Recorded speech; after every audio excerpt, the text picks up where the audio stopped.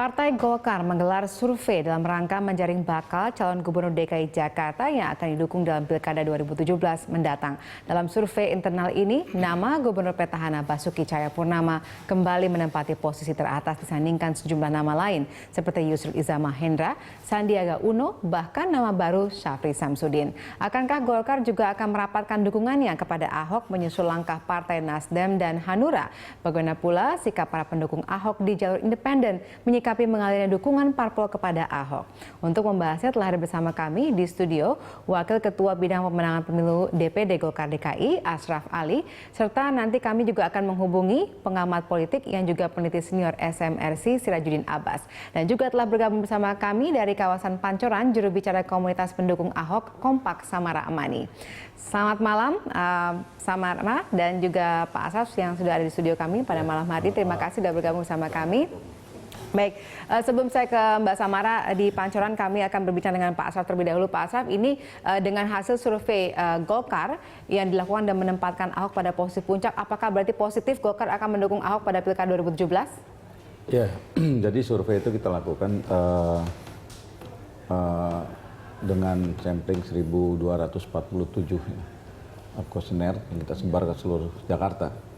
Dan terwakili dari kelompok perempuan, bapak, serta anak muda gitu.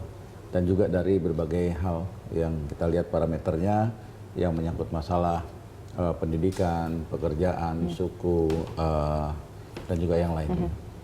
Nah, kita baru akan besok kita rapatkan finalnya tentang nilai-nilai yang pasti terhadap perolehan elektabilitas, popularitas, dan sebagainya. Kita akan besok kita akan rapatkan di Partai Golkar DKI Jakarta. Jadi berarti belum diputuskan secara pasti.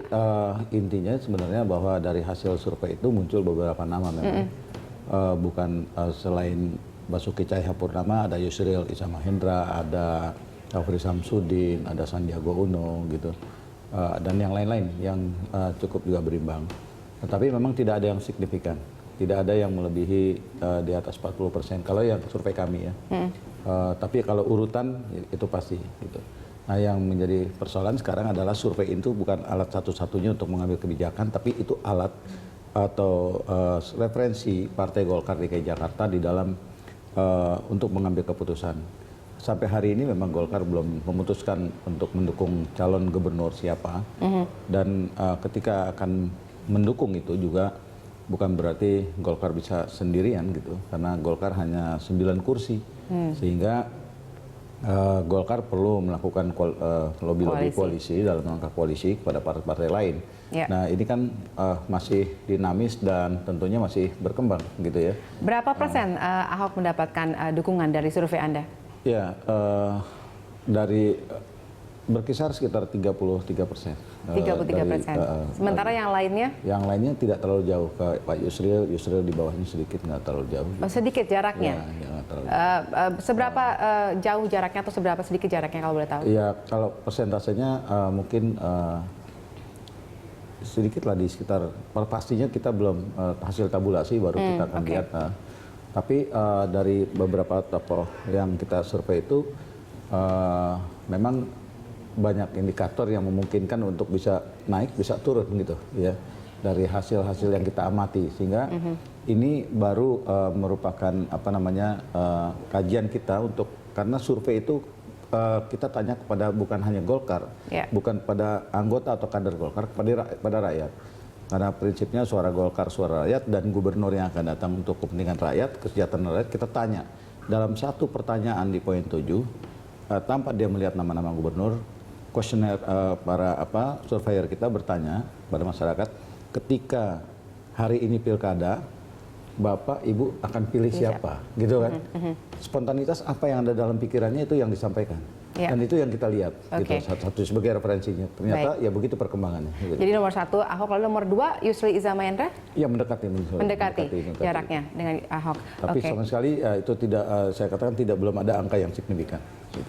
Oke, baik, saya akan ke Mbak Samara terlebih dahulu. Mbak Samara, bagaimana sikap Anda sebagai pendukung Ahok dari jalur independen ini terhadap hasil survei Golkar dan kenyataannya bahwa akan lebih banyak lagi mungkin partai politik yang akan mendukung Ahok untuk maju dalam Pilkada 2017?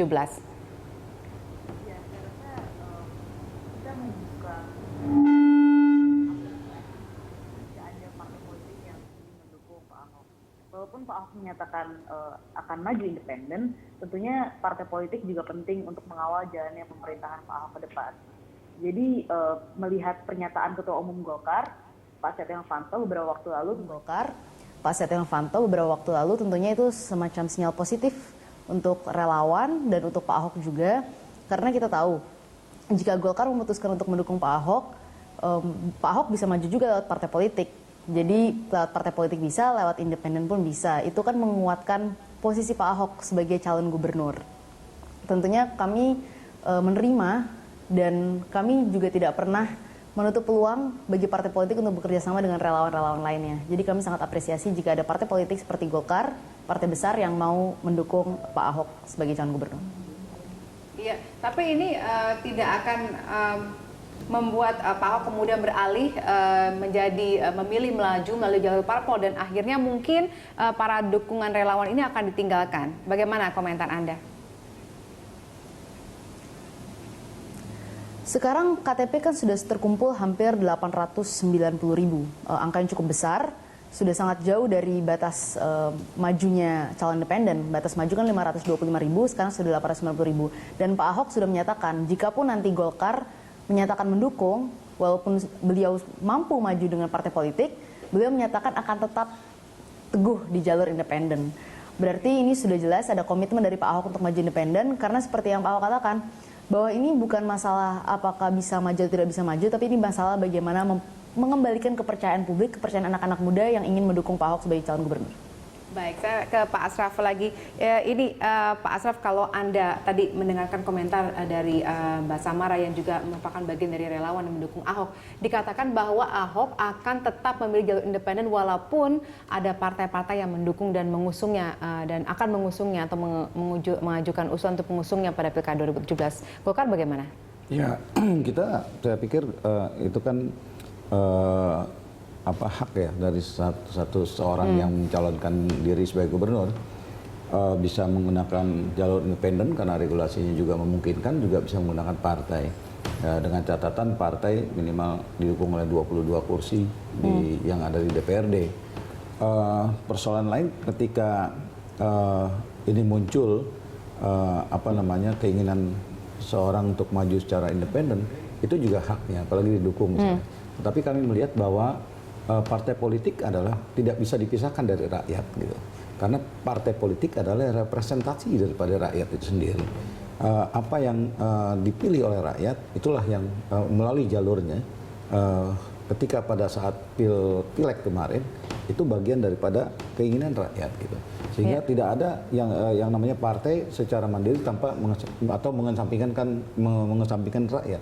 Karena adanya partai politik karena rakyat. Ini adalah sebagai instrumen satu proses demokratisasi di negara kita, bahwa partai politik itu bagian yang tidak terpisahkan dari rakyat. Jadi kalau ada independen, terlalu ada partai, bukan berarti ini yang independen rakyat, yang partai bukan rakyat. Partai ini kan representasi rakyat gitu. Oke, tapi bagaimana kemudian Golkar sikapnya? Apakah tetap akan mengusung Ahok? Ini persoalannya bukan pada tingkat apakah mengusung seseorang, karena ada mekanismenya di dalam partai itu sendiri. Karena partai adalah institusi, sehingga dia adalah sistem, lalu ada mekanisme yang harus ditempuh. Kenapa kami survei, kami pengen tahu juga keinginan rakyat apa. Itu bagian daripada yang saya katakan bahwa Golkar atau suara Golkar, suara rakyat, rakyat akan berbicara soal apa. Kami akan tangkap itu. Nah dari situ kita akan rapatkan, kita akan coba kajikan, analisa, dan ini kita sampaikan kepada DPP Partai Golkar. Ini loh yang diinginkan oleh rakyat Jakarta.